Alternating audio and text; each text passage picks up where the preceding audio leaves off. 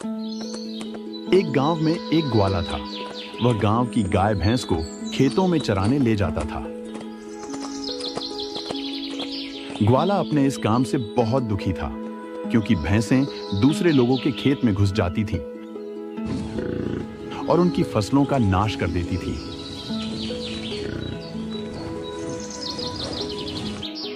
इस पर लोग उसे कभी गालियां दे जाते तो कभी पीट भी जाते।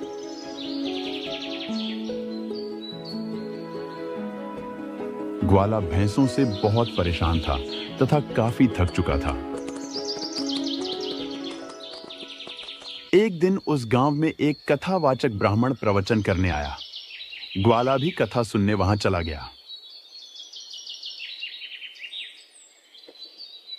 भगत के वश में है भगवान। भगवान भगत का सेवक होता है। भगत को अगर पूर्ण विश्वास होता है और वह सच्चे मन से भक्ति करे तो भगवान उसका हर काम पूर्ण करता है। भगत को चाहिए कि वह अपने भगवान पर पूर्ण विश्वास रखे। ग्वाला उस कथावाचक की बातों से बहुत प्रभावित हुआ।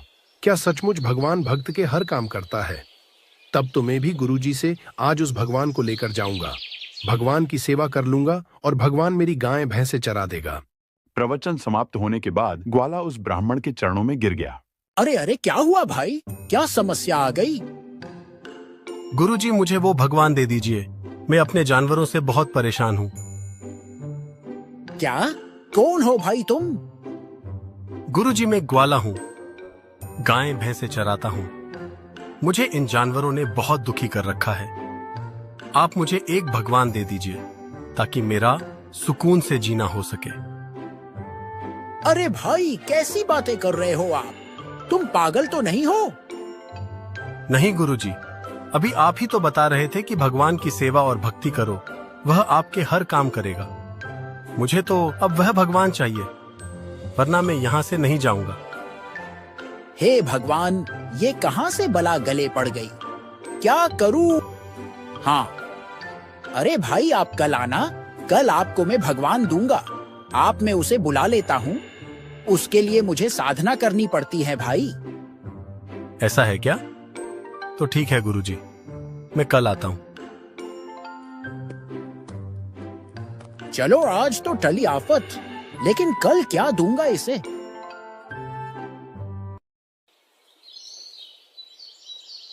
अगले दिन ग्वाला जल्दी ही संत के पास भगवान के लिए चल पड़ा।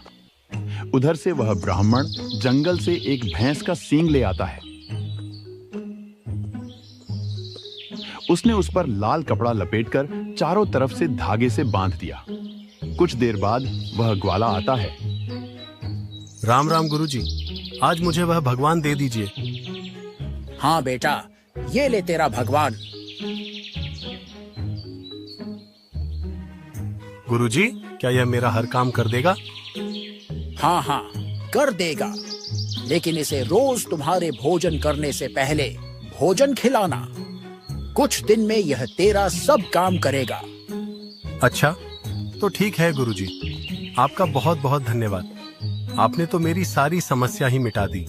ब्राह्मण ने अपनी समस्या से छुटकारा मिला माना और ग्वाला भैंस का सींग अपने घर ले आता है। घर लाते ही उसने सींग को एक दराज में रखा और खाना खिलाने लगा। लो भगवान, भोजन कीजिए। ग्वाले ने कुछ देर इंतजार किया, लेकिन फिर भी कुछ नहीं हुआ। भगवान, भोजन कीजिए, आपका भोजन तैयार है। भगवान, भोजन नहीं करोगे तो मैं भी नहीं करूंगा।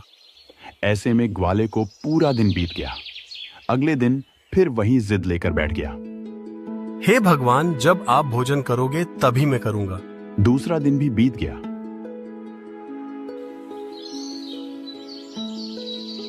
आज तीसरा दिन था। ग्वाला भूख से काफी कमजोर हो चुका था। सींग के सामने भोजन रखकर अपनी जिद पर आड़ा रहा। तीसरे दिन पूर्ण परमात्मा कबीर साहिब की रजा से सींग से एक व्यक्ति निकला जो स्वयं परमेश्वर का ही रूप था। ग्वाला बहुत खुश हुआ। लो भगवान जी, अब जल्दी से भोजन खा लो।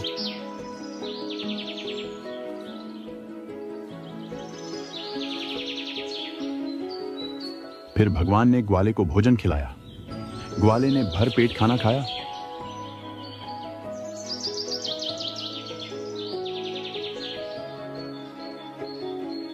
अगले दिन ग्वाला भगवान को अपने साथ गाय भैंस चराने ले जाता है।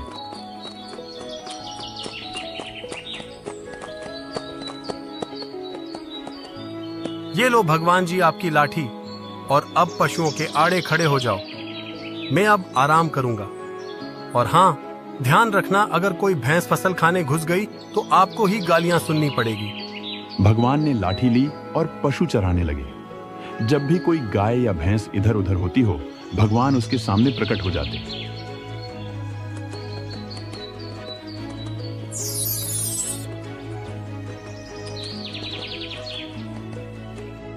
अरे वाह, मजा आ गया। वास्तव में गुरुजी ने तो मेरी मौज कर दी।